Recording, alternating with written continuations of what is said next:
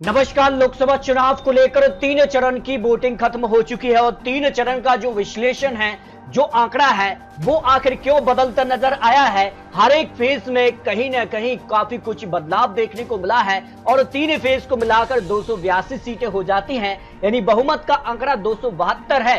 तो 3 फेज के बाद किसे बहुमत का आंकड़ा करीब दिखाई दे रहा है, उसको लेकर महत्वपूर्ण आंकड़े, क्योंकि 3 फेज की वोटिंग यानी तीनों फेज में कम वोटिंग देखने को मिली है। पहले चरण में करीब 66.14% तो दूसरे चरण में भी 66.71% और तीसरे चरण में जो आंकड़ा है 5 बजे तक का, उसमें 60% मतदान देखने को मिला है। तो तीनों ही फेज में 2019 के मुकाबले कम वोटिंग देखने को मिली है। कम वोटिंग के अलग अलग मायने यहाँ पर निकाले जा रहे हैं। भारतीय जनता पार्टी दावा कर रही है कि भारतीय जनता पार्टी को जबरदस्त फायदा मिलने जा रहा है, तो कम वोटिंग का राजनीतिक चाणक्य विश्लेषक जो हैं वो यहाँ पर विपक्ष को फायदा दिखाते नजर आए हैं। लेकिन काफी कुछ अंतर आया है और जिस कार से यहाँ पर बीच चुनाव में 3 विधायकों के इस्तीफे से यहाँ पर हरियाणा में खलबली मच चुकी है।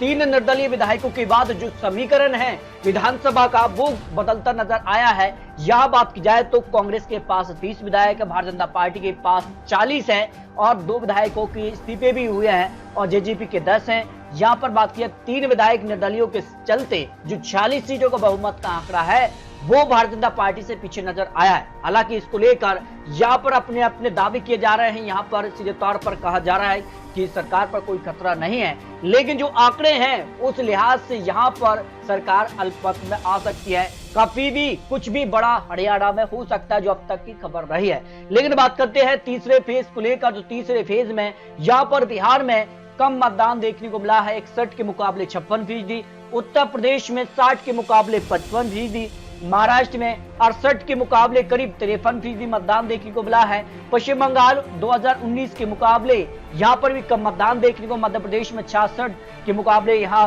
62%, गुजरात में 64 के मुकाबले यहाँ 55% और कर्नाटक में 68 की जगह 66%, जो 5 बजे तक के आंकड़े रहे थे।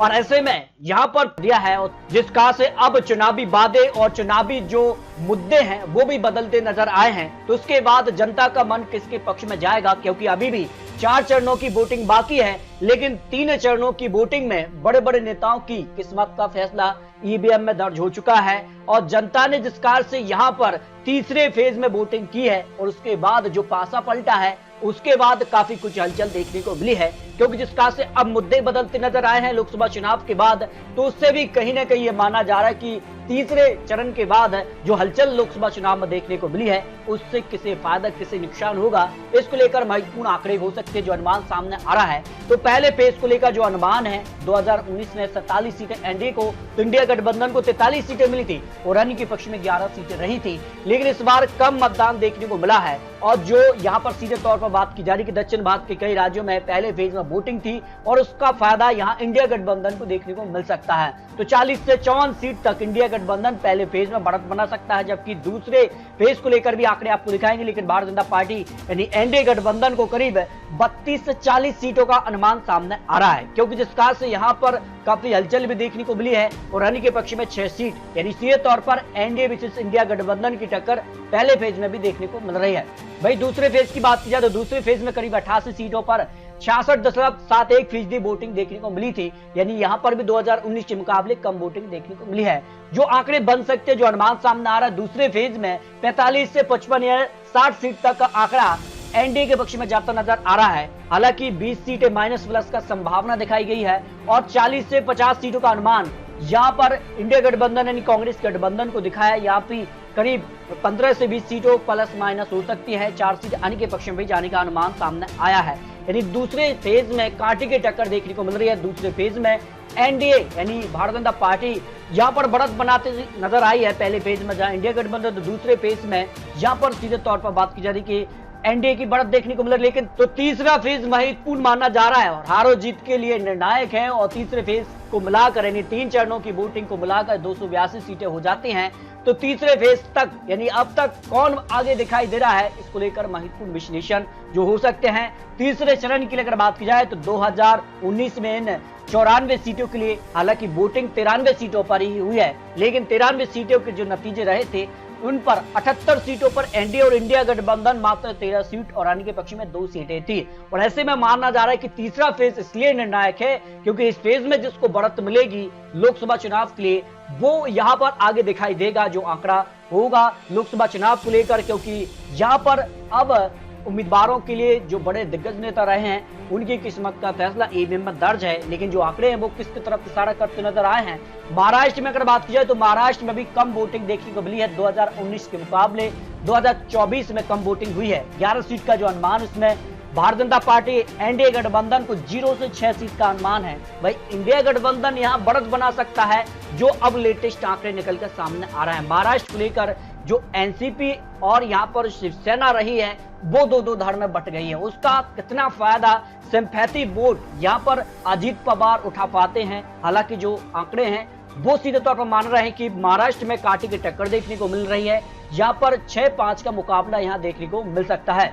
भाई उत्तर प्रदेश के लेकर बात की जाए तो उत्तर प्रदेश में भी इस बार कांटे की टक्कर कई सीटों पर देखने को मिल रही है। इसमें हाथरस, आगरा, फतेहपुर सीकरी, फिरोजाबाद, मैनपुरी और संभल, ईटा, बदायूं, बरेली, आमला ये वो सीटें हैं जहां तीसरे चरण में 10 सीटों पर वोटिंग हुई है। लेकिन इसमें मैनपुरी सीट, हाथरस और यहाँ पर कई ऐसी सीटें हैं जहां कांटे की टक्कर देखने को मिल रही है। उत्तर प्रदेश की 10 सीटों के लिए 8 सीटों पर भारतीय जनता पार्टी और 2 सीटों पर समाजवादी पार्टी को जीत मिली थी 2019 के लिए। लेकिन जो आंकड़े हैं वो मान रहे हैं कि भारतीय जनता पार्टी को 5 से 8 सीटों का अनुमान उत्तर प्रदेश की 10 सीटों पर लगाया जा रहा है। वही इंडिया गठबंधन को यहाँ पर करीब 2 से 5 सीट का अनुमान हो सकता है जो लेटेस्ट आंकड़े निकलकर सामने आ रहे हैं। यानी सीधे तौर पर उत्तर प्रदेश के लिए भारतीय जनता पार्टी का पलड़ा भारी नजर आया है। लेकिन कई ऐसी सीटें रही हैं जहां कांटे की टक्कर इस बार देखने को मिली है जो लेटेस्ट आंकड़े निकलकर आ रहे हैं। भाई अगर बात की जाए बिहार को लेकर तो बिहार में भी 61 के मुकाबले 56% वोटिंग हुई है।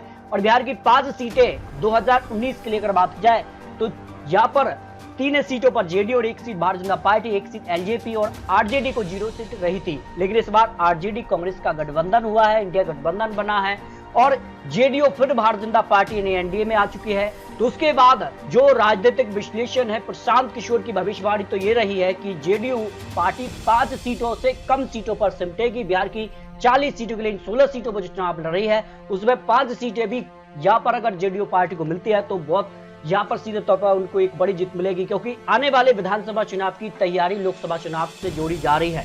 और ऐसे में माना जा रहा है कि जेडीयू का जो वोट शेयर है वो भारतीय जनता पार्टी की तरफ जाएगा और सीधे तौर पर आरजेडी के साथ जाएगा। यानी सबसे ज्यादा नुकसान जेडीयू पार्टी को दिखाई दे रहा है जो राजनीतिक विश्लेषक की भविष्यवाणी सामने आई है। यानी सीधे तौर पर 5 सीटों का जो अनुमान है उसमें 3 सीटों पर भारतीय जनता पार्टी एनडीए गठबंधन और इंडिया गठबंधन को 2 सीटों का अनुमान यहाँ पर दिखाई दे रहा है। लेकिन उलटफेर हो सकता है जो अनुमान यहाँ पर निकल कर आ रहे हैं। गुजरात की 26 सीटों में से अगर बात की जाए तो 24 सीटों पर भारतीय जनता पार्टी का पलड़ा भारी नजर आया, जबकि 1 से 2 सीटें ऐसी रही हैं जहां इंडिया गठबंधन कड़ी टक्कर दे सकता है। लेकिन गुजरात की सभी 26 सीटों पर भारतीय जनता पार्टी को जीत का अनुमान यहां पर हो सकता है जो अनुमान निकलकर सामने आ रहा है। वही मध्य प्रदेश के लिए अगर बात करें तो 9 लोकसभा सीटों पर 2019 में सभी 9 सीटों पर भारतीय जनता पार्टी ने कमल खिलाया था। लेकिन इस बार कई सीटें ऐसी हैं जहां पैच फंसता नजर आया है।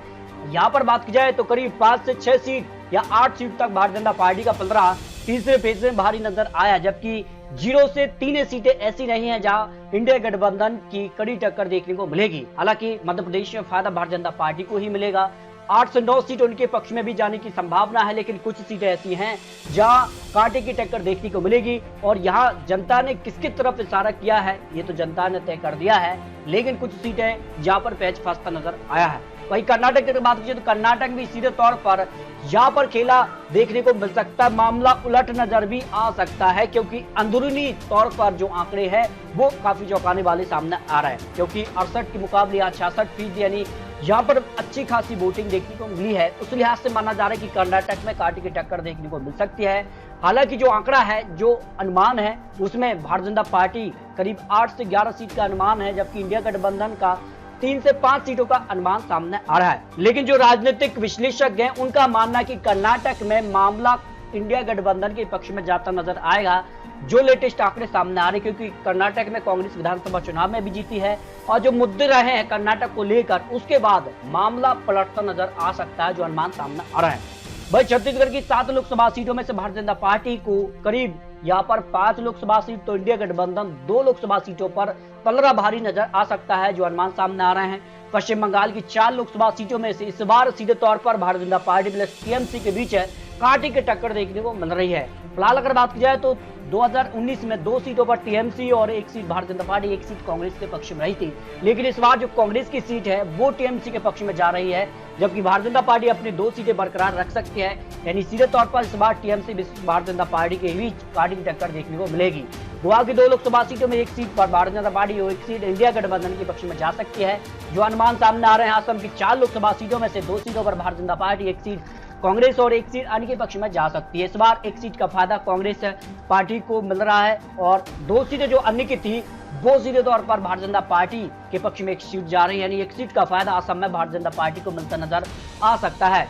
इस तरह से 94 सीटें 2019 को लेकर जो तीसरे चरण के आंकड़े थे उसमें 78 सीटों पर भारतीय जनता पार्टी और 13 सीटों पर इंडिया गठबंधन 2 सीटें के पक्ष में रही थी।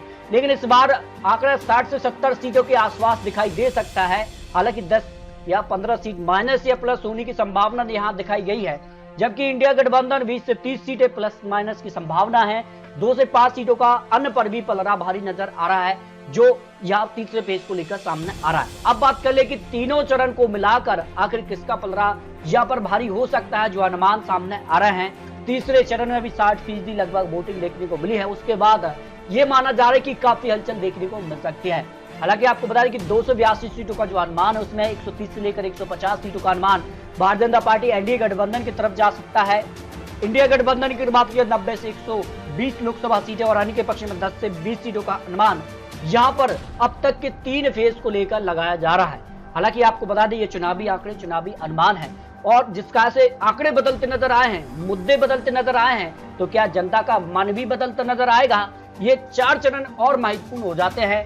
लेकिन जो आंकड़े हैं उसमें यहाँ पर 40-60 का अंतर यहाँ दिखाई दे रहा है। लेकिन क्या 4 चरणों के बाद ये अंतर और कम नजर आएगा या अंतर बढ़ेगा, ये तो जनता तय करने जा रही है। तो लोकसभा चुनाव को लेकर आपको अपनी राय रखनी है। आखिर 543 सीटों का जो विश्लेषण है वो बहुत जल्द आपको दिखाएंगे। तो आपको क्या लगता है लोकसभा चुनाव में क्या एनडीए हैट्रिक की तरफ बढ़ने जा रही है या फिर इंडिया गठबंधन वापसी करने जा रही है? क्योंकि अब जिस कार के मुद्दे सामने आ रहे हैं लोकसभा चुनाव को लेकर वो काफी चौंकाने वाले सामने आ रहे हैं। तो दोस्तों मिलते हैं और लेटेस्ट और महत्वपूर्ण विश्लेषण के साथ, तब तक जय हिंद, जय भारत।